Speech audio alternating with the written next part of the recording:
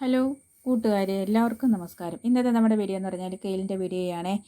ഇപ്പം മഴയൊക്കെ അല്ലേ, അപ്പം ഞാൻ വിചാരിച്ചു ഈ കെയിൽ ചിലപ്പം ചീഞ്ഞു പോകുമായിരിക്കും എന്ന് വിചാരിച്ചു. നമ്മൾ മഴമറയത്തൊന്നും അല്ല നട്ട് പിടിപ്പിച്ചേക്കുന്നത് കേട്ടോ. നല്ല വെയിൽ കൊള്ളുന്ന സ്ഥലത്താണ് ഞാൻ കെയിൽ നട്ട് പിടിപ്പിച്ചത്. അതായത് വിത്ത് പാകി കിളിപ്പിച്ചിട്ട് തൈയാണ് ഇവിടെ കൊണ്ട് തടവെടുത്ത് നട്ടത്. ഒരു ചട്ടിയുടെ വക്കിൻ്റെ വലുപ്പത്തിലാണ് ഞാൻ തടവെടുത്തത്. നേരത്തെ വീഡിയോയിലൊക്കെ ഞാൻ പറഞ്ഞിട്ടുണ്ടല്ലോ, വലിയ തടവൊന്നുമല്ല, കുഞ്ഞു തടവാണേ. അപ്പോൾ ഉണ്ടല്ലോ, ഇന്ന് ഞാൻ അതിന് വളമിടാൻ വേണ്ടി ഇറങ്ങിയതായിരുന്നു.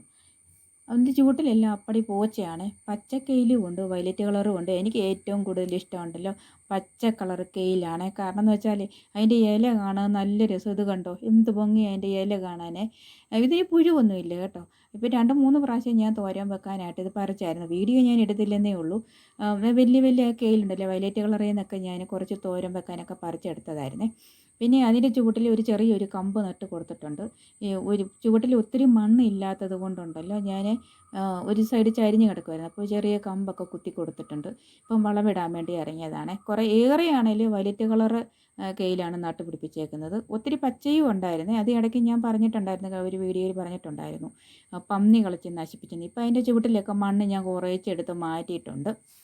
അപ്പം അതിൻ്റെ ചുവട്ടിൽ ഞാൻ 8 കൂട്ടം പിണ്ണാക്കാണ് ഞാൻ പൊതുവേ ഇടുന്നത്. ചാണകപ്പൊടിയൊന്നും ഞങ്ങൾക്ക് ഇവിടെ കിട്ടാനില്ല, അതുകൊണ്ട് 8 കൂട്ടം പിണ്ണാക്കാണ് അതിൻ്റെ ചുവട്ടിൽ ഇട്ട് കൊടുക്കുന്നത്. അതിൻ്റെ ചുവട്ടിൽ 8 കൂട്ടം പിണ്ണാക്ക് ഇട്ട് കൊടുത്തിട്ട് കുറച്ച് ചീമക്കൊന്നയുടെ ഇലയും, ചാണകത്തിന് പകരമായിട്ട് ചീമക്കൊന്നയുടെ ഇല നമ്മൾ നട്ട് പിടിപ്പിച്ചിട്ടുണ്ട് കേട്ടോ.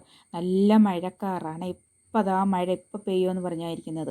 അതിന് മുന്നേ വളം വിട്ടേച്ച് കുറച്ച് വെള്ളം ഒഴിച്ച് കൊടുക്കുകയാണെങ്കിലും മഴ പെയ്യുന്നതിന് മുന്നേ ആ വേരിച്ചിരി വളങ്ങളൊക്കെ വലിച്ചെടുത്തോളും. അതുകൊണ്ടാണ്. അപ്പം ഞാൻ അതിൻ്റെ ചുവട്ടിൽ 8 കൂട്ടം പിണ്ണാക്ക്, കടലപ്പിണ്ണാക്ക്, വേപ്പൻ പിണ്ണാക്ക്, എല്ലുപൊടി, അങ്ങനെ എല്ലാം കൂടി മിക്സ് ചെയ്ത വളമാണ് 8 കൂട്ടം പിണ്ണാക്ക്. പിന്നെ ചീമക്കൊന്നയുടെ ഇലയും ഓമയില, പപ്പായ ഇലയാണ് അതിൻ്റെ ചുവട്ടിൽ ഇട്ട് കൊടുത്തേക്കുന്നത്. ഇട്ട് കൊടുത്തിട്ട് അതിൻ്റെ പുറത്ത് ഇച്ചിരി വെള്ളം ഒഴിച്ച് കൊടുക്കാം. വെള്ളം ഒഴിച്ച് കൊടുക്കുമ്പോഴത്തേക്കും മഴ പെയ്യുമ്പോഴത്തേക്കുണ്ടല്ലോ ആ വേര് ആ വളം മൊത്തം വലിച്ചെടുക്കും. അല്ലാന്നുണ്ടെങ്കിലുണ്ടല്ലോ അതങ്ങനെ അങ്ങ് കിടക്കും. പിന്നെ മഴ പെയ്യുമ്പോൾ ആ മഴ വെള്ളത്തിൽ ഈ വെള്ളം മൊത്തം ഒലിച്ച് പോവുകയും ചെയ്യും.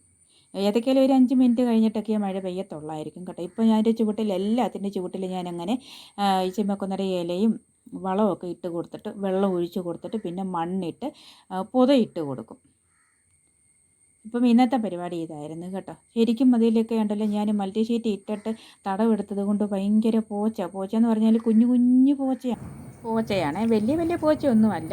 മൾട്ടി ഷീറ്റ് ഇടാതിരുന്നെങ്കിൽ ഉണ്ടല്ലോ ഇവിടെ ശരിക്കും പോച്ചയും അതുപോലെ കാട്ടുചെടിയും മുള്ളും ഒക്കെ കിളുത്ത് നിന്നേനെയായിരുന്നു. അത് പറിച്ച് കളയാൻ ഭയങ്കര പാടാണ്.